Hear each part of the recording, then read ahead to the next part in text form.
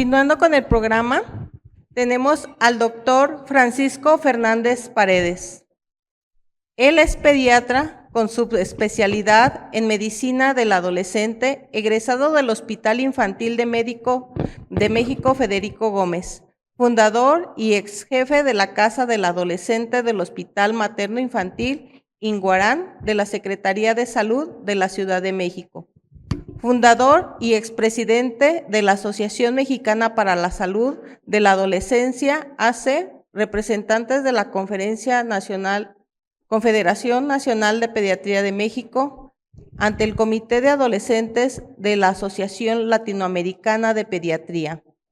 Miembro titular de la Academia Mexicana de Pediatría AC, autor de más de 20 artículos publicados en revistas indexadas, colaborador de 6 capítulos en libros de pediatría.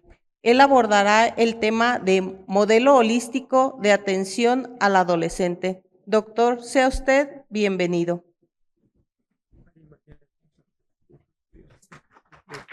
Adelanta, atrasa. Y el micrófono para que ya me lo hagan. Ahorita lo traigan. Bueno, pues vamos a continuar. El tema que me precedió, pues es una forma de ver actualmente al adolescente. El adolescente de hace 30 años no es el mismo que estamos viendo en este momento. El adolescente de Tepito es diferente al adolescente de la colonia Nápoles. El adolescente del distrito, bueno, de la Ciudad de México es diferente al de Chiapas, al de Oaxaca. Entonces, cuando hablamos del adolescente, no hablamos de un adolescente, hablamos de varias tribus de adolescentes con características diferentes y con necesidades diferentes. Bueno, a mí me gusta mucho caminar, así es que voy a estar de aquí para allá. ¿Sí me escuchan, verdad? Bien, entonces, lo que vamos a ver hoy creo que no hay otro de modelo holístico, es la única que hay. Bueno, entonces yo creo que cargué una que no estaba actualizada, pero no importa. Básicamente es lo mismo. Entonces, el adolescente tiene muchos requerimientos específicos dependiendo en dónde se desarrolle y con qué familia esté. Entonces, es muy diferente. Y lo importante es que nosotros como personal de salud, pues podemos construir un modelo de atención que se adecue a los adolescentes que tenemos en la consulta, ya sea a nivel institucional o a nivel privado. Y lo que vamos a ver en este momento, pues es la construcción del modelo holístico de atención al adolescente y cómo se fue construyendo a través del tiempo. Entonces, ¿hay manera de ver o me bajo mejor? Yo creo que me bajo, ¿verdad?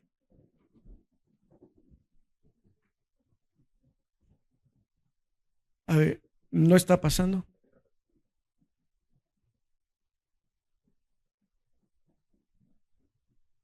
Bien. Hace ya un poco más de 10 años que me jubilé del Hospital Materno Infantil de Inguarán, pero ahí es donde desarrollé mi carrera profesional y de atención al adolescente. Entonces, toda la experiencia acumulada, pues parte de esa clínica de atención al adolescente. Entonces, creo que no avanza todavía. Bueno, ustedes deben de saber que los adolescentes son aproximadamente 22 millones en el país. La mitad son hombres y la mitad son mujeres.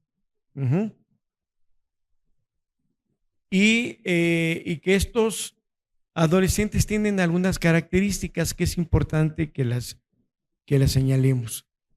Hay aproximadamente 5 millones de adolescentes sin ocupación, pero lo relevante de esto es que el 75% de estos adolescentes sin ocupación son mujeres. Si estamos diciendo que la mitad son hombres y la mitad son mujeres, ¿por qué 76% son mujeres? ¿No?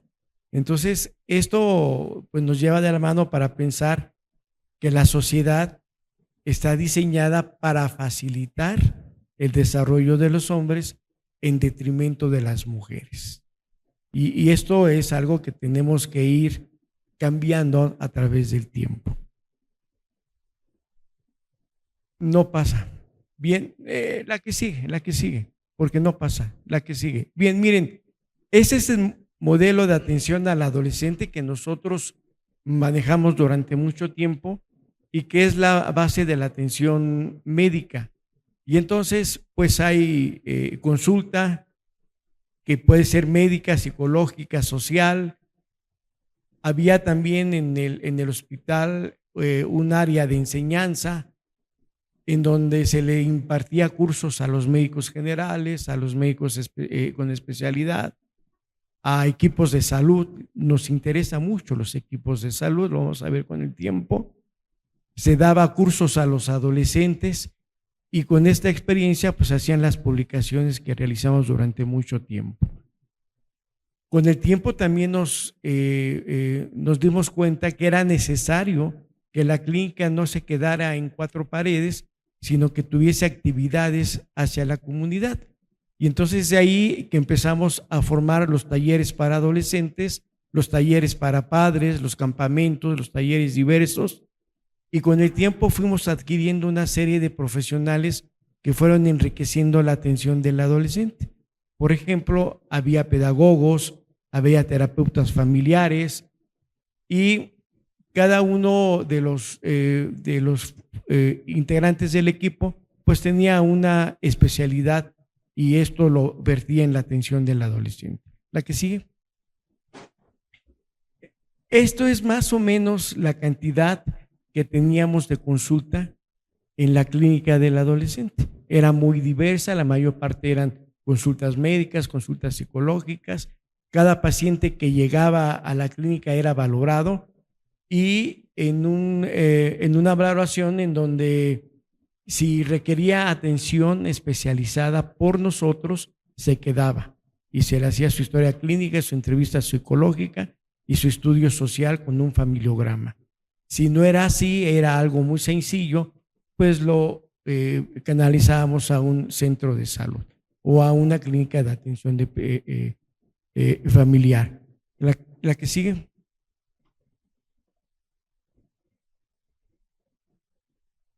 Eso es. Bien, entonces fíjense, nuestra formación fue estrictamente médica. Así es como nos formaron y entonces únicamente diagnosticábamos lo estrictamente físico, ¿no? Y entonces empezamos con la atención médica. Estábamos ubicados en el Hospital Materno Infantil de Inguarán y por lo tanto la primera causa de consulta, ¿cuál era? Pues embarazo en adolescentes, ¿no? O el tipo de hospital donde llegamos a trabajar.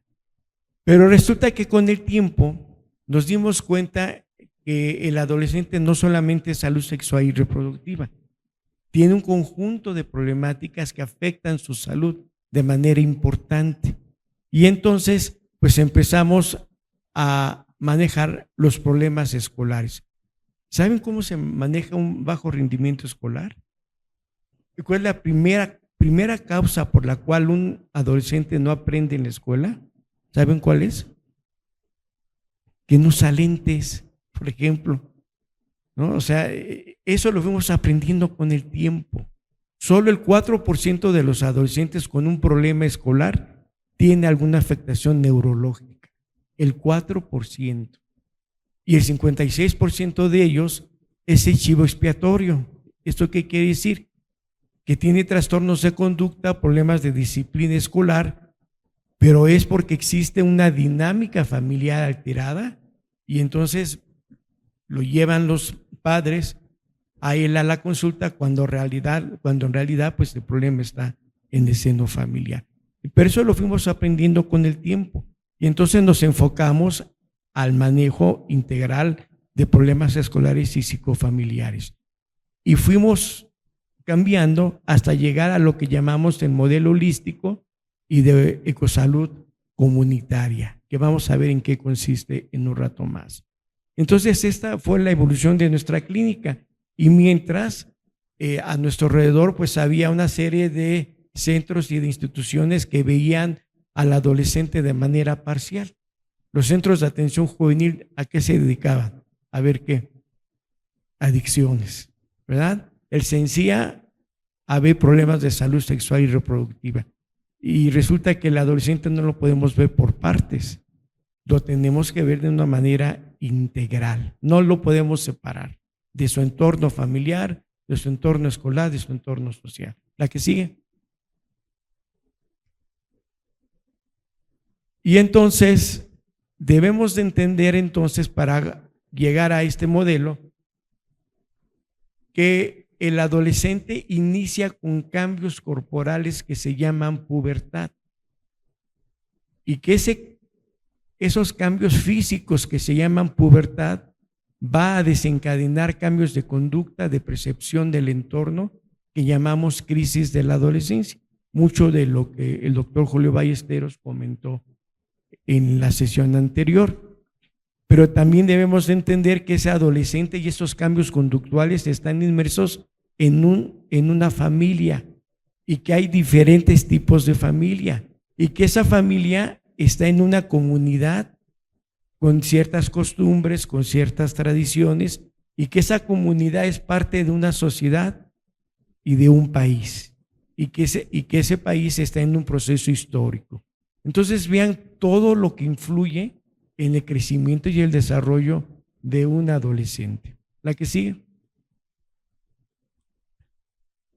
Y bien, entonces nos quedó claro que el capital más importante de un país no es ni el financiero ni el capital material.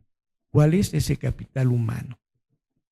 Y si nosotros invertimos en salud y educación y aportamos también elementos para dar conciencia ecológica, entonces vamos a favorecer mayor crecimiento financiero y mayor crecimiento material.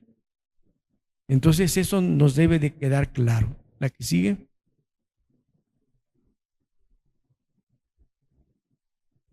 La que sigue. Bien. Entonces el desarrollo económico depende del esfuerzo colectivo de los individuos. A mayores niveles de salud y educación es mayor el crecimiento económico.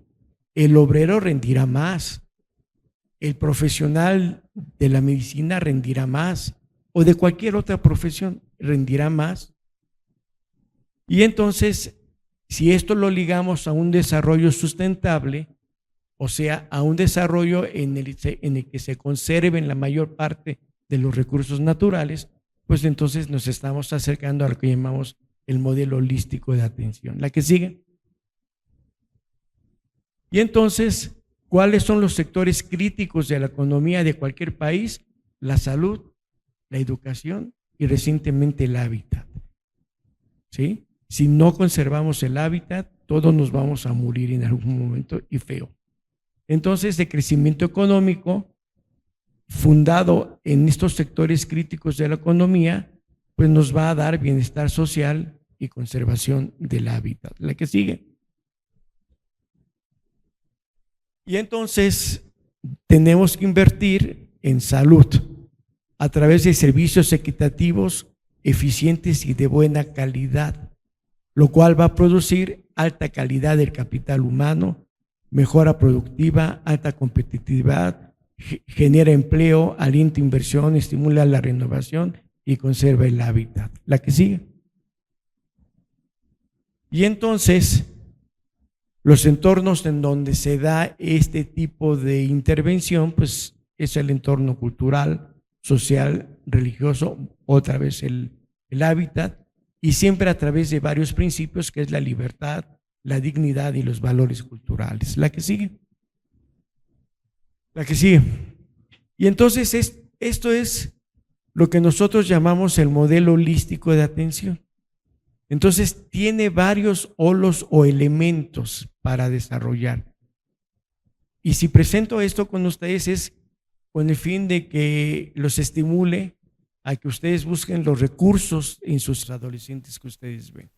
Y entonces vean, hay condiciones al nacer que pueden ser buenas o pueden ser deficitarias, ¿sí? Eso ya no va a depender de nosotros. Y el modelo clásico de atención pues tiene que ver con promoción de la salud, con prevención de enfermedades, con detección de factores protectores y con detección de factores de riesgo. Hasta ahí se queda el modelo clásico de atención integral al adolescente que promueve la OMS y que promueve la OPS. Pero entonces resulta que el adolescente requiere de programas de buen trato y de crianza positiva. Requiere de que le enseñemos habilidades psicosociales que actualmente se llaman habilidades para vivir, que aprenda lo que es la resiliencia, ¿verdad? Que entienda lo que es la inequidad de género, lo que vimos al principio, ¿verdad? Una sociedad que favorece el desarrollo de los hombres en detrimento de las mujeres y que vaya corrigiendo estas desviaciones en la situación de género, que aprenda que todos tenemos derechos humanos, todos, aún de que se porta mal y el delincuente es un humano y tiene derechos humanos los cuales tienen que ser respetados. Que debe de tener un sentido de pertenencia, lo que dijimos al principio. El adolescente de Chihuahua pues no es lo mismo que el de Chiapas, son culturas distintas, diferentes valores, ¿verdad? Y si eso además le damos lineamientos para la cultura, para la paz y conciencia ecológica, y entonces vamos a conseguir que se desarrollen habilidades, que el adolescente sea capaz de la autodeterminación, que tome decisiones, pero a través de ¿qué? De las habilidades para vivir, y que el adolescente pues favorezca su autocuidado, ¿sí? ¿Y cuál es el producto final de todo esto? Que sea un adolescente competente. Y competente no quiere decir que se enfrente a otros para obtener algún objetivo, no. Competente quiere decir que sea capaz de elaborar un plan de vida a través de conductas saludables, que sea capaz de entregarse a su comunidad y que proteja el hábitat donde se desarrolla. Ese es el adolescente competente. Y si logramos esto, pues vamos a tener adultos en plenitud, autosuficientes, productivos y satisfechos. Entonces, pero para lograr eso se requiere de todo lo que hemos comentado, absolutamente todo. La que sigue. Y ese es el modelo holístico, la que sigue. Para que el modelo holístico se aterrice, se requiere de que no solamente el médico y el personal de salud trabaje con él, se requiere que haya enlaces, que haya la manera de trabajar con ONGs, con centros comunitarios, con centros socioculturales, deportivos, con la escuela y el centro de salud. Si no, no vamos a lograr este modelo holístico alcance su objetivo. La que sigue. Y entonces, la que sigue. En 1995, ya hace mucho tiempo, más bien en 1990, se fundó la Clínica del Adolescente del Hospital Materno-Infantil de Inguarán. No está la foto porque nada más era un consultorio el que teníamos. Y meses después, pues gracias a la intervención del director, pues pudimos tener una psicóloga y un trabajador social. Y entonces ustedes se preguntarán, ¿y para qué trabajador social? Pues lo primero que hicimos fue elaborar un estudio social de la comunidad donde estábamos trabajando. ¿Cuántas escuelas de nivel medio y medio superior había? ¿Cuánta era la población de mujeres, de hombres, de qué se enfermaban? Y entonces antes de dar la primera consulta, y eso nos llevó como 6 meses de trabajo comunitario. Y entonces fue hasta 1995 que al crecer la demanda de atención al adolescente, pues se nos dio un espacio propio para la atención de este grupo de edad. Y ahí fue cuando fundamos la Clínica del Adolescente. Ya hace un poquito de tiempo. La que sigue, nos vamos a ir ya más rápido. Y entonces los programas en ese momento prioritarios eran 3. embarazo en adolescentes, educación alimentaria y violencia familiar. Desde ese momento, desde 1990, nosotros vimos en las estadísticas de adolescentes que acudían con nosotros que había sobrepeso y obesidad. Por eso era un programa prioritario para nosotros. Y por supuesto, emergía de una manera muy importante todas las situaciones de violencia familiar que actualmente pues, son más conocidas. La que sigue. Entonces empezamos a trabajar. La que sigue, nos vamos a ir rápido. Entonces empezamos a atender embarazadas menores de 15 años y mayores de 15 años con problemas psicosociales. Pero fíjense cómo el trabajo con los adolescentes va cambiando nuestros criterios. Fíjense lo que dice ahí. Embarazadas menores de 15 años o mayores de 15 años, solamente las mayores de 15 años que manifestaran algún problema psicosocial. Si no, no eran parte de nuestro universo de trabajo. Las mandamos con el ginecólogo de adultos, ¿no? Porque pensábamos que el embarazo en menores de 15 años se acompañaba, y sí se acompaña, de niños prematuros y de niños de bajo peso al nacer, pero que esto era producto de la inmadurez biológica del adolescente. Con el tiempo nos dimos cuenta que parte de eso era así, pero la mayor parte era producto de, ¿saben qué? Violencia sexual. Entonces, el conocimiento del adolescente nos estrella en la cara y tenemos que dar alternativas de manejo. La que sigue.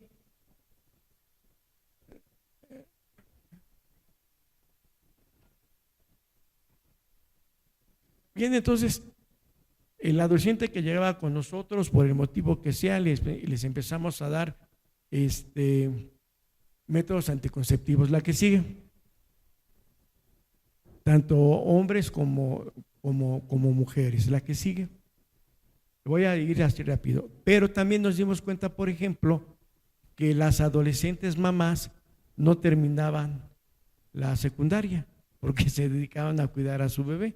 Y entonces hicimos un programa y un acuerdo con la SEP, porque la SEP no aceptaba la educación para adultos para menores de 15 años. Entonces hicimos un acuerdo con la SEP para que dejaran terminar la secundaria a través de un programa de secundaria para adultos. La que sigue. Conseguimos que hubiera también atención dental. La que sigue. Eso con un modelo. La que sigue. Trabajo social, terapia familiar. La que sigue.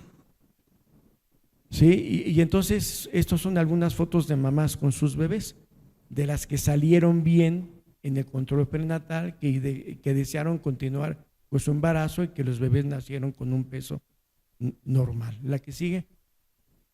Y entonces nos convertimos el equipo de trabajo en maestros de la secundaria. Yo daba matemáticas, la enfermera daba biología, trabajo social daba ciencias sociales, etcétera, porque el objetivo era que terminaran su secundaria por lo menos. La que sigue.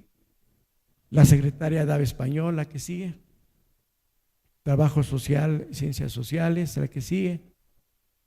La enfermera. La que sigue.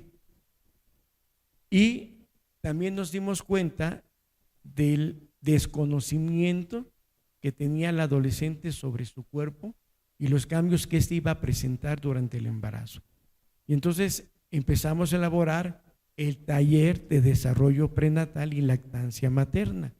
De hecho, entre 1990 y 1994 surgió el programa de Hospital Amigo del Niño y de la Madre, que inicialmente tenía 23 criterios de atención, y fue gracias al Hospital Materno Infantil de Inguarán y que nosotros lo propusimos que se incrementó uno de los criterios, que fue que hubiera una clínica de atención al adolescente en cada hospital donde hubiera este tipo de embarazos. Entonces ahí formamos nuestro taller de desarrollo prenatal.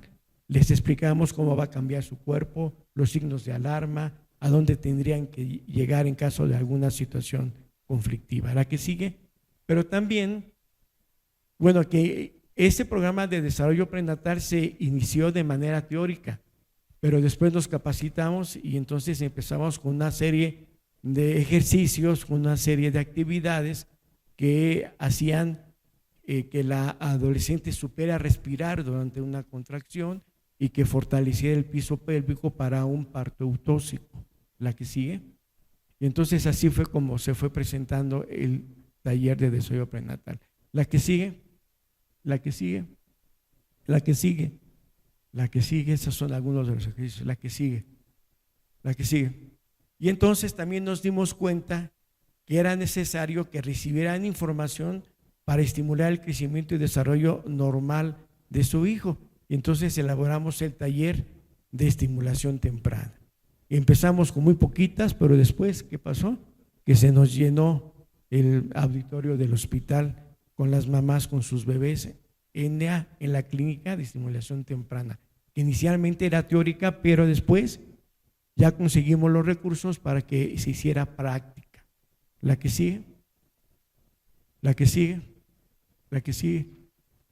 Y entonces, bueno, de las satisfacciones que uno va teniendo a través del tiempo es que, por ejemplo, la señora de azul fue una adolescente que atendimos y que tuvo a su bebé como mamá adolescente y nos llevaba ya a la segunda generación de adolescentes porque tenía algún problema escolar. Y entonces ella pues quedó muy satisfecha con la atención de la clínica y ya nos llevaba a la hija. La que sigue.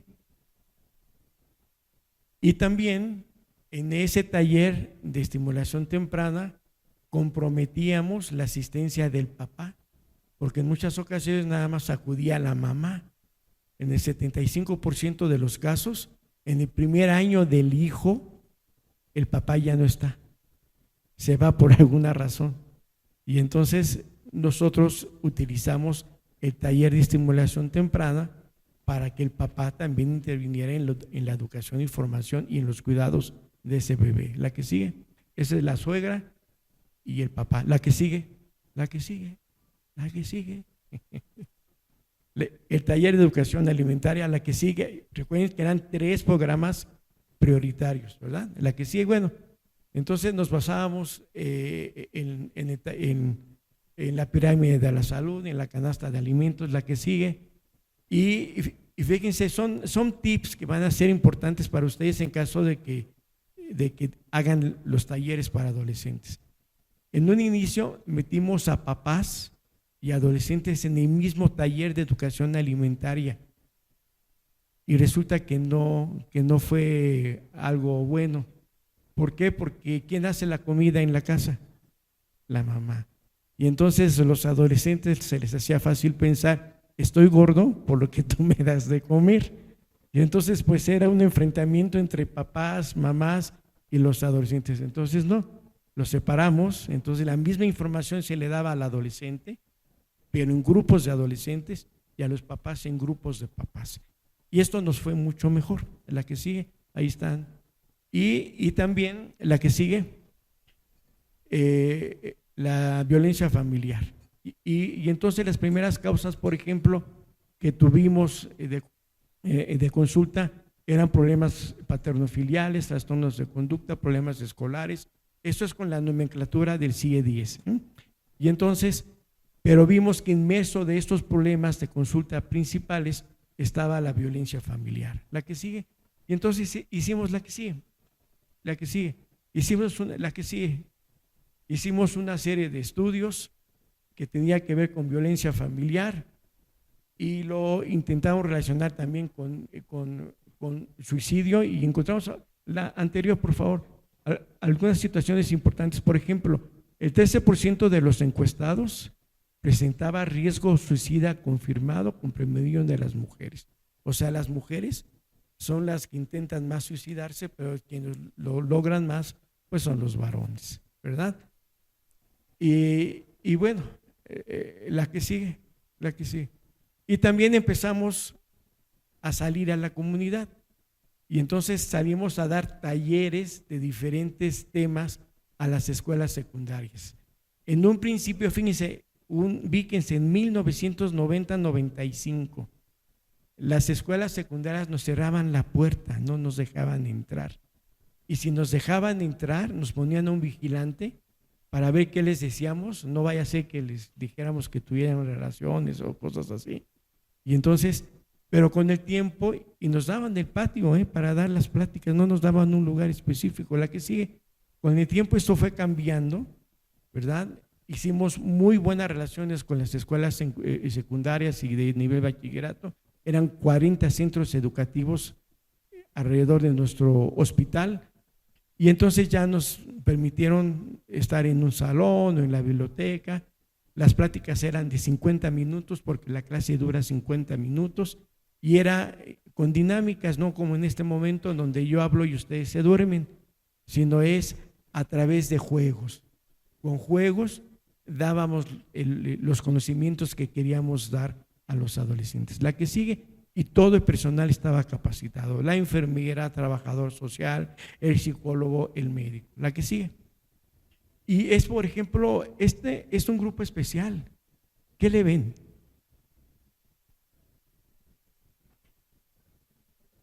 Primero que es mixto, siempre deben de buscar que sean mixtos los grupos. Pero son niños con deficiencia mental, ¿sí? Y entonces, pues ellos también tienen sexualidad y también tienen que recibir información de cómo cuidar su cuerpo. El 10 o el 15% de pacientes con deficiencia mental son abusados sexualmente. Entonces, pues tenemos que darles información. O el clásico que es el hombre que se baja los pantalones para enseñar los genitales en el salón. O sea, lógicamente no tiene educación, y no porque sea deficiente mental no se lo vamos a dar. Por supuesto que sí. Ellos también tienen las mismas sensaciones placenteras que todos nosotros, pero tenemos que enseñar a través de talleres. En las vacaciones de los adolescentes les dábamos cursos de una semana a los adolescentes.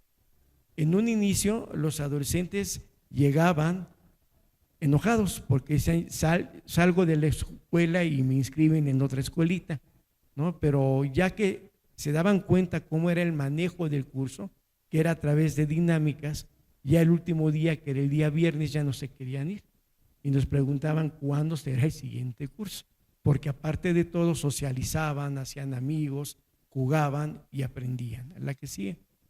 Y por supuesto ahí también aprendimos que la información no se puede dar igual a un adolescente de 11 años que a un adolescente de 18. Su proceso de maduración y requerimientos son diferentes. Entonces los tuvimos que dividir entre adolescentes de 11 a 15 años y de 15 a 18 años. ¿La que sigue? Sí. Nunca les pasen fotos a los adolescentes, ¿eh? Deben ser imágenes, ¿sí? La que sigue. Y también empezamos con el taller de padres, que si vieron la foto anterior, en una aula del hospital, el taller de padres, lo que el padre debe de saber en relación con su hijo adolescente, cuáles son los cambios físicos, psicológicos, y resulta que se nos llenó el auditorio, ya, se nos llenó el auditorio. La que sigue. Y entonces tuvimos que pedir a la delegación Venustiano Carranza un auditorio mayor para poder dar estas pláticas a los papás de los adolescentes. Bueno, esa es la manera en que se fue construyendo el modelo holístico de atención. La mayor parte de lo que tengo ya después son puras fotos de campamentos que hacíamos fuera de la ciudad, en Mazatlán, en Cancún, y no porque nos lo pagara la institución. Nosotros nos movíamos y conseguíamos presupuesto, por ejemplo, del Club de Leones, de alguna otra situación que estuviera convencido de lo que estábamos haciendo, y nos daban presupuesto para esos campamentos. El campamento ecológico, las festividades del Día de la Madre, del Día del Niño, del Día del Padre, del 15 de septiembre, y todo eso en conjunción con los adolescentes. Trabajábamos siempre con los adolescentes. Y entonces cuando hablamos del modelo holístico nos referimos a todo esto que les estoy comentando y que ya no me dio tiempo de exponer. Muchas gracias.